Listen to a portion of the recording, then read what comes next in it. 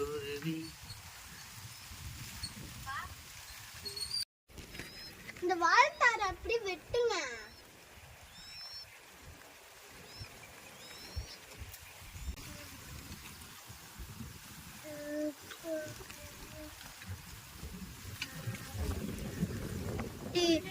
இந்த குருவி கொஞ்சம் வாழைத்தார வெட்ட வேணாடாதி.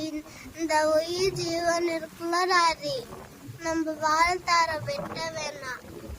ஓகேவா டாடி? வாழைத்தார வெட்ட வேணாம் டாடி.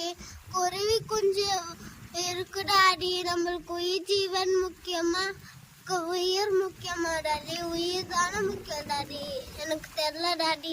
நம்ம வாழைத்தார வெட்ட வேணாம் டாடி. மரியா மாச்சிட்ட சொல்லிடலாம் டாடி.